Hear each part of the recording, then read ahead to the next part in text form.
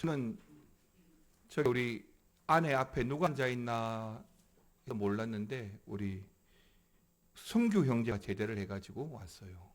우리 보니까 성규 형제가 제대를 했는데 우리 잘 왔다 박수 한번 칩시다. 네. 몰라봤어요. 너무 어젓해져가지고. 감사합니다. 우리 앞뒤자 우리 인사합시다. 메리 크리스마스. 한번 인사할까요? 메리 크리스마스. 사랑하는 성도 여러분, 우리는 참으로 머리 아픈 세상을 살아가고 있습니다. 한 해를 마감하는 이 시점에 세상을 돌아보면 정치적인 혼란과 각종 비리와 청탁, 그리고 끝없이 이어지는 전쟁과 사건과 갈등이 우리의 마음을 충분히 지치게 하였습니다. 하루를 버텨내는 것으로도 숨이 찰 만큼 세상은 참으로 복잡합니다. 그런데 오늘 우리가 읽었던 이 마태복음 2장은 바로 그 복잡한 세상 이야기 한복판에 피어난 하나님의 가장 기쁜 소식을 전해주고 있습니다. 그 소식은 다름 아닌 아기 예수님의 탄생입니다. 예수님의 탄생은 조용한 마을 베들레헴에서 일어난 개인적인 사건이 아니었습니다.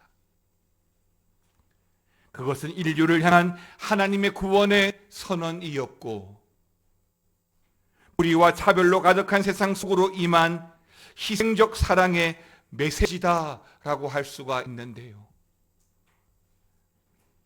오늘 우리가 보고자 하는 본문은 이 말씀을 통해서 두 가지를 묵상하게 합니다. 하나는 아기 예수님을 향하여 찾아왔던 그 별은 무엇을 의미하는가? 또 하나는 그 별 앞에서 사람들이 어떤 반응을 보이고 있는가라는 것입니다. 그래서 저는 이 두 가지 말씀을 통해서 성탄의 말씀이 우리에게 주는 그 영적 교훈의 말씀을 살펴보고 함께 말씀의 은혜를 나누고자 합니다.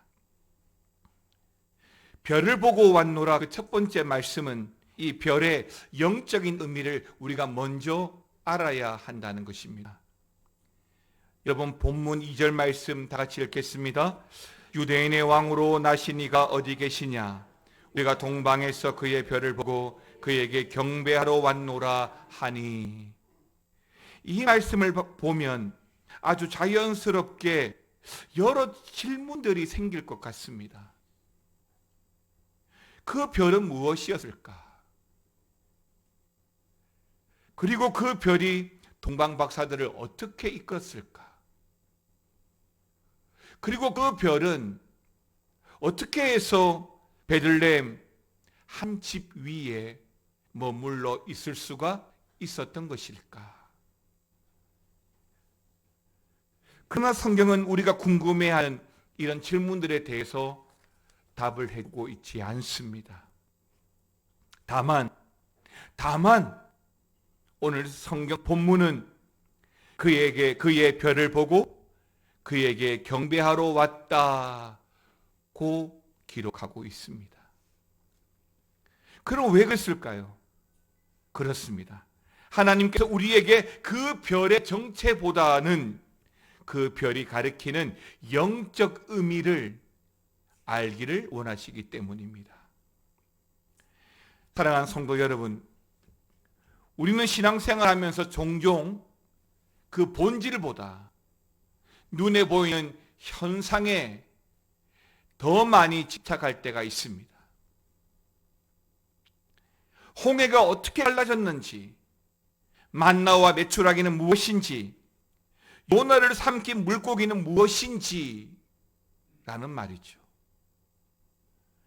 그러나 성경이 전하고자 하는 핵심은 그 사건에 있지 않습니다. 그러니까 홍해 사건은 하나님의 전능하심을 보여주신 사건이고, 만나와 메추라기는 우리 하나님의 긍휼하심, 그리고 요나는 죄의 위험성과 회개의 필요성을 보여주는 것이다 라고 할 수가 있을 겁니다. 오늘 2절 말씀처럼 본문의 말씀도 마찬가지인데요. 그의 별을 보고 경배하러 왔다라고 하는 이 말 속에는 아주 분명한 영적 메시지가 있습니다.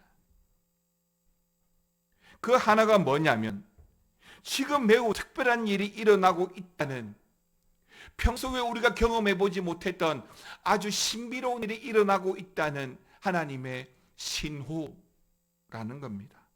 그러니까 이 별은 우리가 흔히 밤하늘에 떠 있는 평범한 별이 아니라 하나님의 구원의 역사가 시작되고 있다는 것을 알려주는 표적이었던 것입니다. 두 번째는 그 별의 움직임 뒤에는 인격적인 우리 하나님이 계신다는 거죠. 무슨 말이냐면 별은 생명체가 아닙니다. 별은 비인격체죠. 그러므로 그 별을 움직이시는 분이 바로 살아계신 우리 하나님이신 것을 믿으셔야 한다는 것입니다. 그리고 세 번째는 하나님은 동방박사, 그러니까 이방인들까지도 예수님께 경배하도록 인도하셨다라고 하는 것인데요. 맞습니다. 아기 예수님의 탄생은 그저 베들레헴 유다 그 유대인들을 위한 사건이 아니라 모든 민족과 열방을 향한 구원의 시작이었기 때문입니다. 누가복음 2장 1절 말씀은 이렇게 기록해 놓았습니다. 그때 가이사 아구스토가 영을 내려 천하로 다 호족하라 하였으니. 로마의 황제 가이사 아구스토가 마치 정치적인 결정을 내린 것처럼 보이는 이 사건조차도 우리 하나님의 구속사 안에서 구약을 통해서 예언되어진 하나님의 말씀을 성취하는 도구였다는 것입니다. 그렇습니다.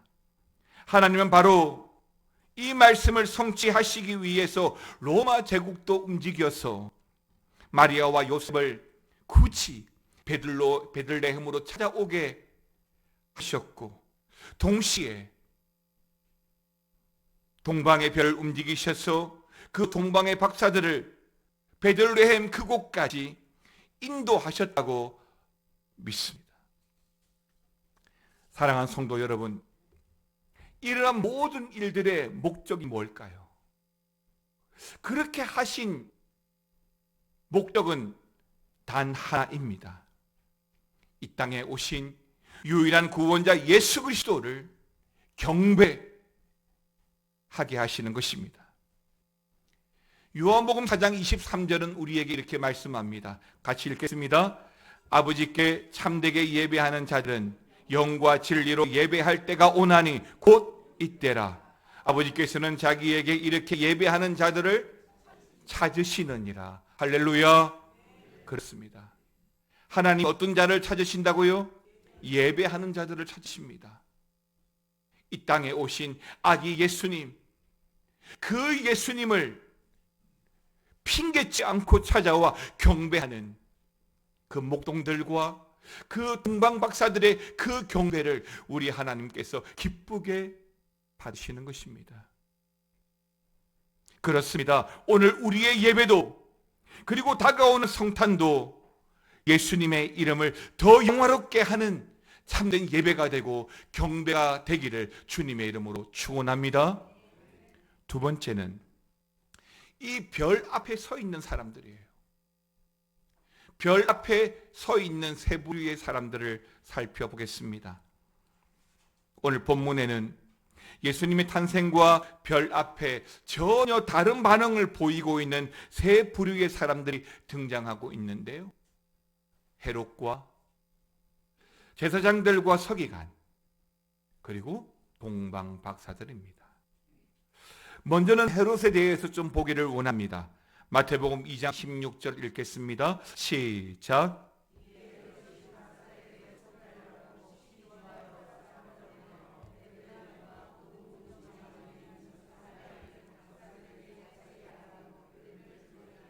2살부터 그 아래로 다 죽이니.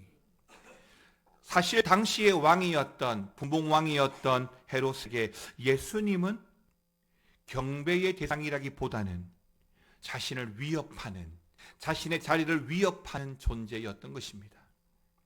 그래서 헤롯은 자신의 그 자리와 그 이익을 지키기 위해서 2살 이하의 무고한 생명들을 죽이는 끔찍한 선택을 한 것입니다. 사랑하는 성도 여러분, 저는 이러한 헤롯의 모습을 보면서 오늘날도 크게 다르지 않다라고 보고 있습니다. 그러니까 예수님을 진심으로 믿고 순종하기보다는 그저 그 예수님의 이름을 이용하려 하고, 그 예수님의 이름을 이용해 사람들은 근력과 이익의 도구로 삼으려 한다는 것입니다. 진심으로 믿음으로 말미암아 하나님의 자녀가 되려 하기보다는 그저 예수의 이름으로 살아가는 명목상 그리스도인의 삶으로 살아가려고 하는 모습들이 많기 때문이라는 겁니다. 두 번째는 대제사장들과 서기관들인데요. 오늘 본문의 5절과 6절 말씀, 2절 말씀 같이 읽겠습니다. 이르되 유대의 베들레헴이오니 이는 선지자로 이렇게 기록된 바, 또 유대 땅 베들레헴아 너는 유대 고을 중에서 가장 작지 아니하도다. 내게서 한 다스리는 자가 나와서 내 백성 이스라엘의 목자가 되리라 하였음이니이다. 아멘입니다. 사실 이 대제사장과 서기관들, 이들은 누구보다 성경을 잘 알았고 또 메시아에 대한 예언도 확실하게 알고 있는 사람들이었습니다. 그럼에도 불구하고 그들은 예루살렘으로 가지 않았죠. 베들레헴으로 가지 않았습니다. 그러니까 지식은 있지만 순종은 없었다는 겁니다. 요한복음은 이렇게 말합니다. 요한복음 1장 12절에 영접하는 자 곧 그 이름을 믿는 자들에게는 하나님의 자녀가 되는 권세를 주셨으니. 어떤 자들에게는? 믿는 자들에게는. 가로 열고 믿고 순종하는 자들에게는 하나님의 자녀가 되는 권세가 주어지는 줄 믿으시기 바랍니다. 사랑하는 성도 여러분, 우리가 뭔가를 잘 알고 있다는 것으로 구원에 이르지 않습니다. 듣는 것으로만 끝나도 구원은 얻는 참 믿음이 아니지만 듣고 영접하는 자가, 순종하는 자가 바로 하나님의 자녀가 되는 권세가 있는 줄로 믿으시기 바랍니다. 그러나 오늘날에는 예수님의 탄생, 그러니까 성탄에 대한 반응은 아무것도 없습니다.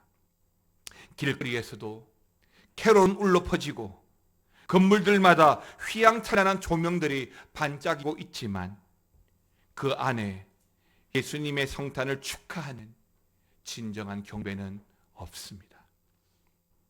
언젠가부터 커피점인 스타벅스도 종이컵에 성탄절을 상징하는 디자인을 배제하기 시작했는데 그 이유가 포용과 다양성을 존중하기 때문이라는 겁니다. 미국의 어떤 백화점은 메리 크리스마스가 아닌 해피 홀리데이라는 문구를 달아 놓았습니다. 그 이유도 인종차별과 종교차별을 하지 않기 위해서라고 하는데요.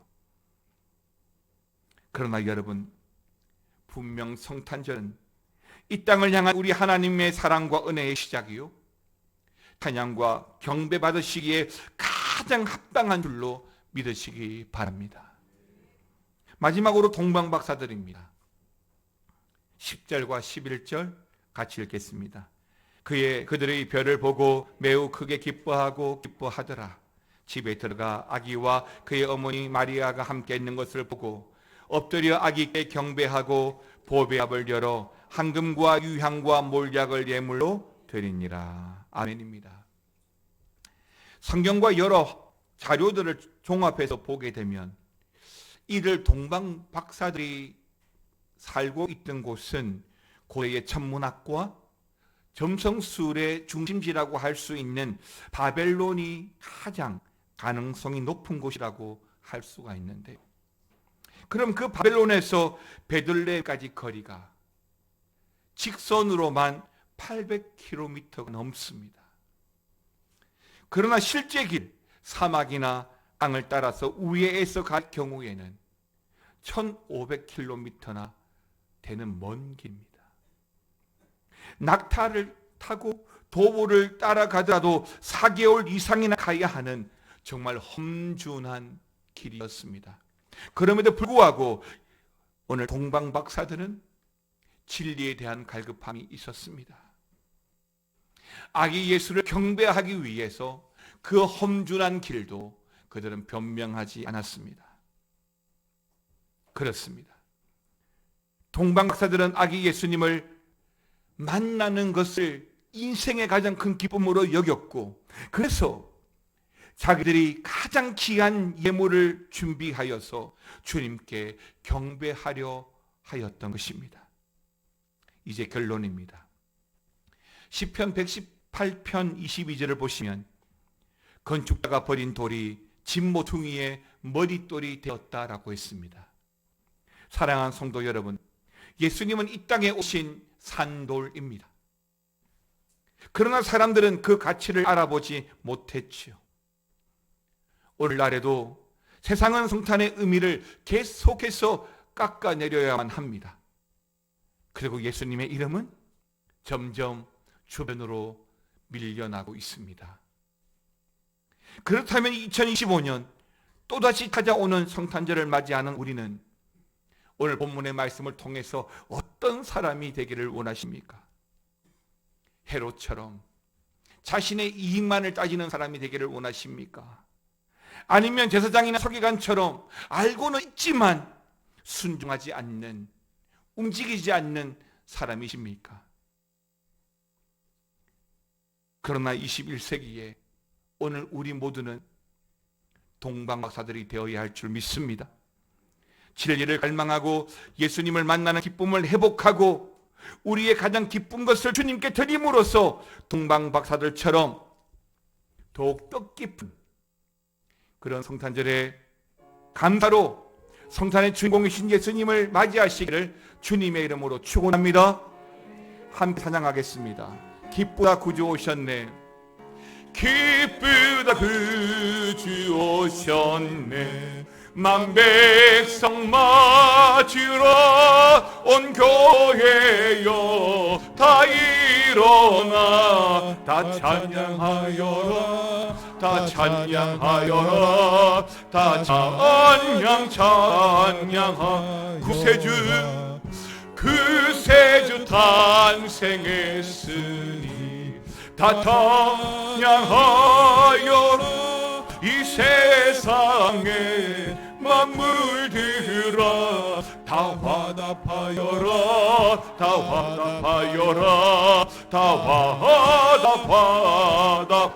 온 세상 죄를 사하여 주 예수 오셨네, 죄와 슬픔 몰아내고 다 구원하시네, 다 구원하시네, 다 함께 일어나셔서 은혜와 진리 되신 주 다 주관하시니 만국 백성 그 주 앞에 다 경배하여라, 다 경배하여라, 다 경배하여라.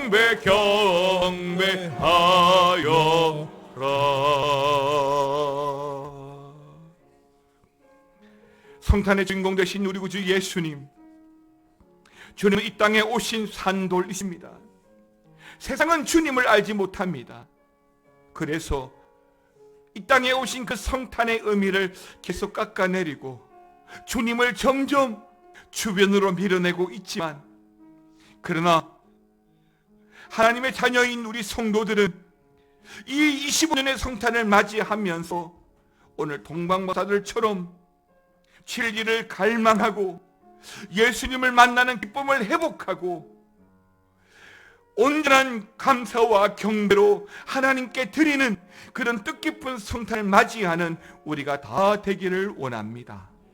하늘에는 영광이고 땅에는 기뻐하는 기뻐하심을 입은 자들 중에 평화라고 하셨사오니 우리 교회와 우리 성도들 가정에 그런 성탄의 기쁨과 감사가 넘쳐나게 하여 주시옵소서. 지금은 우리 주 예수 그리스도의 은혜와 아버지 하나님의 사랑과 성령님의 감화감동, 치유, 역사하심이 이 땅에 오신 아기 예수님을 경배하였던 그 동방박사들처럼 진심으로 하나님을 경배하고 주님의 말씀 붙들고 말씀대로 살아가기 원하는 모든 주의 백성들과 교회와 가정 위에 영원토록 함께 있을지어다. 아멘.